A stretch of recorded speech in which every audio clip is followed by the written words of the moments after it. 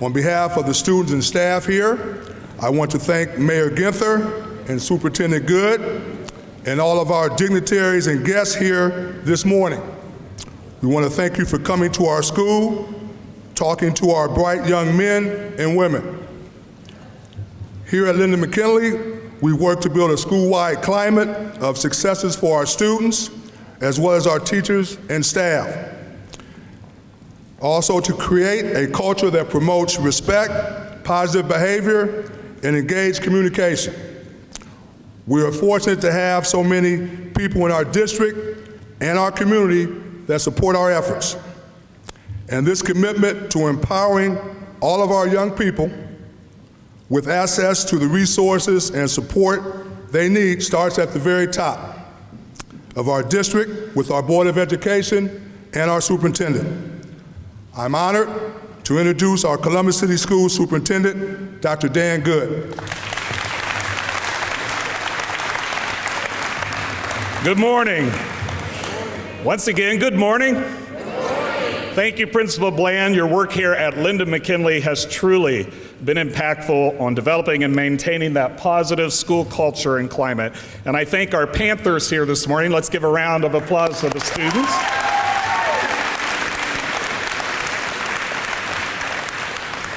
They shared their thoughts and proudly represented Linden McKinley and Columbus City Schools, and we're so thankful and always proud of you. We have your back. In the small group conversations we had this morning, I hope our guests heard from our students about both their aspirations and also their apprehensions. As you heard, our bright young men and women have very clear visions for their future. Those visions are founded in the lessons they've learned in our classrooms, and they're fueled by the support of our teachers and staff, our mentors and administrators, and of course, all of those caring families and friends, many of whom have joined us this morning. But what occurs in neighborhoods outside of our school buildings, triggered by those who often aren't connected to our schools, can have a very real and a very direct effect on what happens in our classrooms and hallways. Our district has been very successful at creating safer zones for our students and our staff within our school buildings and at our school-related activities. We recognize the impact of the dedicated efforts of our Office of Safety and Security, a 2-decade-long partnership with the Columbus Division of Police, and the ongoing safety training for teachers and staff built around promoting positive behaviors with students. In fact, I would venture to say our district's best safety resource is the high level of trust and the respect that our safety teams, teachers, and school administrators have built with students and families within our schools and across our neighborhoods. The greatest safety challenges confronting our students today are more likely to be found beyond the school walls and outside regular school hours. As I shared at the State of the District event earlier this year, too many lives of current or former students have been violently taken since the beginning of this school year, often in circumstances late at night or in places that students shouldn't be. This is alarming and it's heart-wrenching. And we must say, as a community united in one voice, no more. More importantly, we must act. Spring break is fast approaching for our students, a time when our city's children and the young adults won't have the daily structured safety of school buildings and classroom activities to rely on. So it's incumbent on all of us, our partners in the community, at City Hall, the schools, neighborhood organizations, parks and rec facilities, the nonprofit providers, and local businesses as well, all of us, to help us afford our students a safe spring break by offering activities and support during those 10 days. Already this morning, if you participated in the student conversations, you heard their ideas. This one surprised me the most. Many asked for tutoring at the Columbus Metropolitan Libraries to prepare for the state standardized tests that occur the week they return. Who would have thought? But they've also asked for open houses at the colleges and universities during those 10 days. They've asked for sponsored activities such as bowling or trips to the movies. And after all of those things, other opportunities that already occur at parks and recreation centers. And then we had partners come forward, like the Easton Foundation. Ben Carson said, tell me what we can do. We stand ready to support those activities. Radio One said, tell me what we can do. If we can help advertise those activities, we're all in. Kappa Alpha Psi said, "We stand prepared to help the young men in our community." So we need all of our partners. We hope these 10 days will be just the start, just the beginning of a coordinated year-round effort to further empower the communities and the local organizations around our schools to help extend those safe zones and reduce incidents of violence while increasing additional supports and intervention opportunities for all students. Our Board of Education, represented here today by Vice President Cole and board members Eric Brown and Shauna Gibbs, voted last night on a resolution to pledge our district to promote and support comprehensive, coordinated, and collaborated community strategies to prevent and reduce all violence.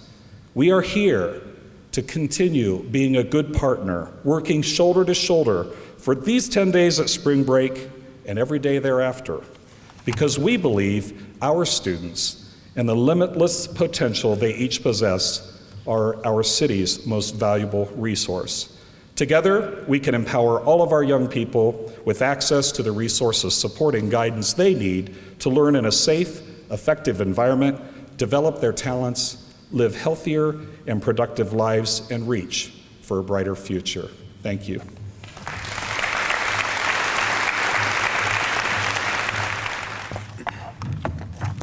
Okay, now let me introduce George Walker, head of the South Linden Area Commission.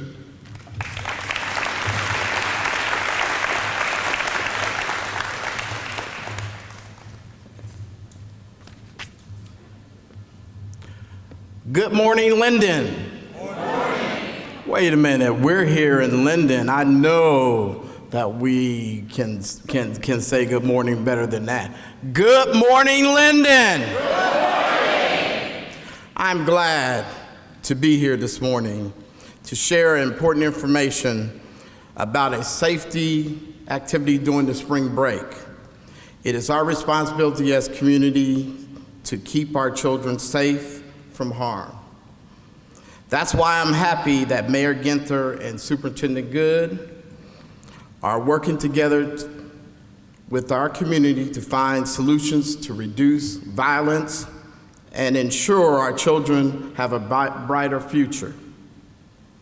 I would like to thank Mayor Ginther for his commitment, Superintendent Good, to the Linden community and all neighborhoods throughout our city. And I'm looking forward to working with them so we can improve lives in our residents. I am proud. As a matter of fact, I am very happy. This is an honor to introduce our mayor, Mayor Andrew Ginther.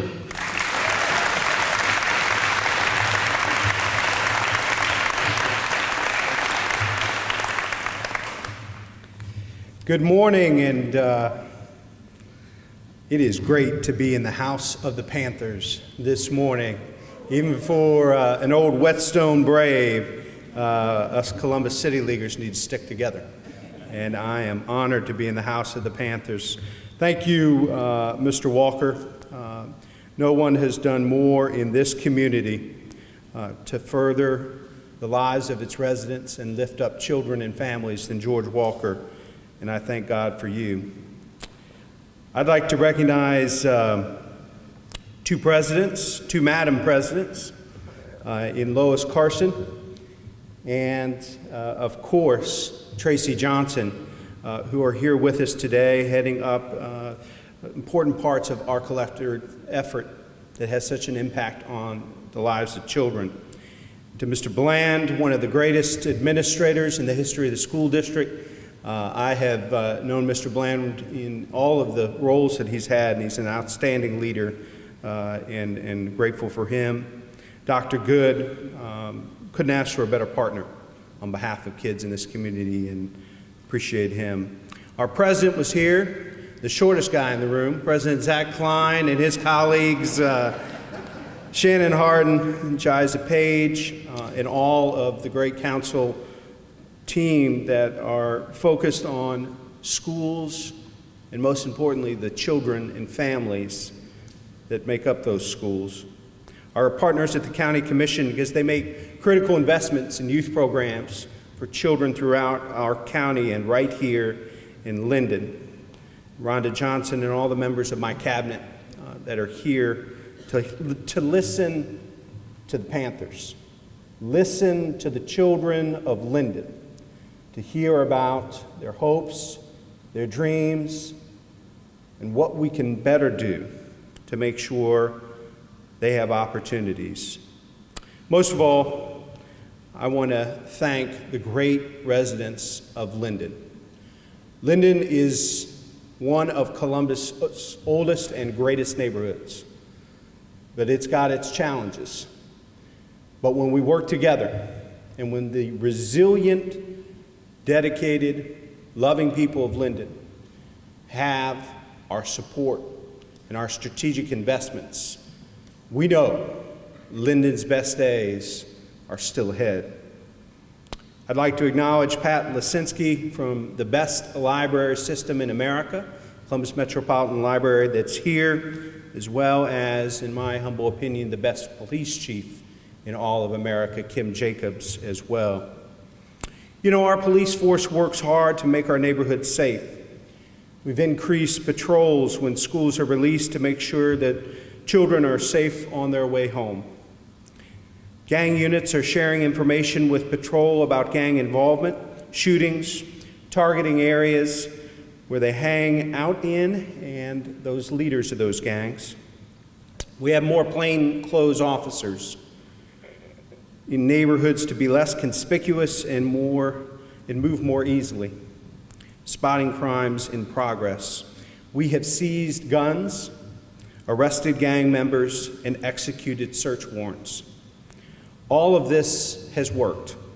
Overall violence has been reduced in the Linden area in the past 8 weeks, but the loss of innocent life of some of our youngest residents in recent weeks is a stark reminder of the work we have left to do as a community to keep our community safe. Our schools are safe places, thanks to the good work of our school district and police. Next week starts spring break, so we need to provide youth with safe spaces, as well as activities outside of our schools, but in our neighborhoods, to help them grow. We're happy to announce the following spring break safety initiatives. In addition to regular hours, recreation centers in Linden, Beatty, Barrack, Barnett, Adams, and Dodge will have extended hours from 7 p.m. to 11:30 p.m.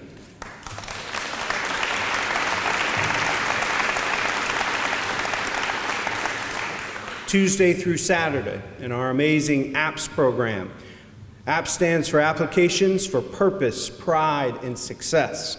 We'll provide additional programming, soccer, basketball, NCAA Final Four watching parties. I think I'm getting in on that.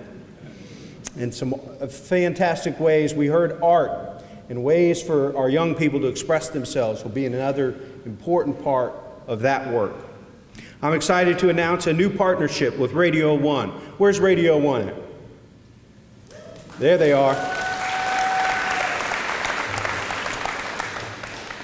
Ray and the great team at Radio 1, which will offer multiple pop-up parties at our rec centers during spring break. The first one will take place right here in Linden after early release on March 24th. I've got it on the calendar. We're going to make it happen. We know school provides food to many students during the school year, and we want to continue that over spring break. We will have food available at those 6 recreation centers with extended hours that we discussed. And the Columbus Metropolitan Library is offering spring break programming too. Reading programs for children in kindergarten through grade 3, college prep workshops for kids in 8th grade through high school, college prep workshops for high schoolers,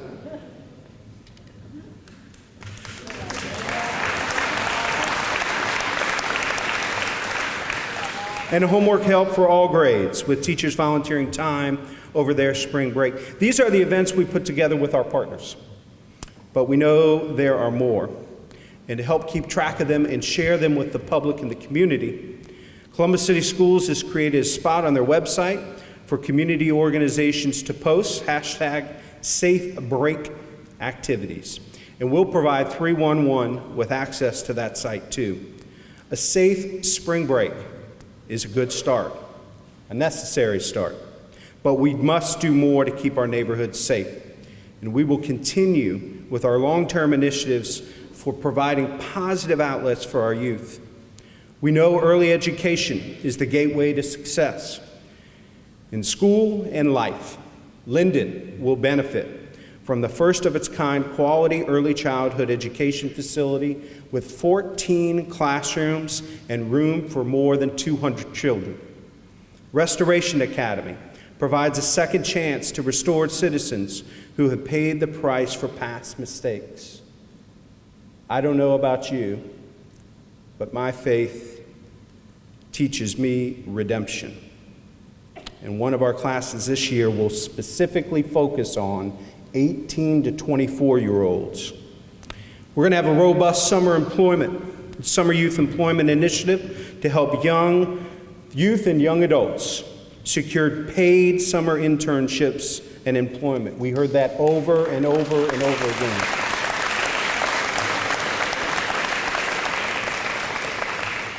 And we are aggressively seeking a $50 million grant from the U.S. Department of Transportation and the Obama administration, which would help start, it's a Smart Cities Challenge, and a pilot program is one of our key parts of our proposal to increase personal transit, making consistent transportation to jobs, healthcare, and food sources a reality here in Linden. We all must strive to make our neighborhoods and our children safe. We rely on the good work being done by our churches, our social service providers, and so many other partners. Leaders from the Columbus NAACP, St. Stephen's Settlement House, the Urban League, Stop the Shooting Movement, A Thug is a Dud program, African American fraternities who are here today, Alpha Phi Alpha, Kappa Alpha Psi, Omega Psi Phi, and Phi Beta Sigma, and so many churches and faith-based organizations. So as individuals, as adults, what's our role? We need to do our part, and today I'm asking all of our residents here and throughout our city to do a few little things to make our community stronger. Keep your porch light on. Report street lights that are out to 311. See something, say something. Report criminal activity and suspicious activity to police. Participate in your neighborhood block watch, and if one doesn't exist, start one. Get to know your neighbors. And if you belong to a place of worship, determine what programs and activities you can offer to help kids safe and productive. And finally, but probably most importantly, be a mentor. Think of all 50,000 children within the Columbus City Schools. In addition to their family and their friends, had one adult who was personally committed to that child's success. The last time I checked, there are 843,000 people living in the city of Columbus. We need 50,000 adults to step up and make that a reality. And to the young people, we've listened to you here today. We appreciate your willingness to share your personal experiences and the impact that violence has had on your lives. But know this, you are very, very precious in the eyes of your city, your school district, and your community, and we will not let you down. Thank you all for being here today.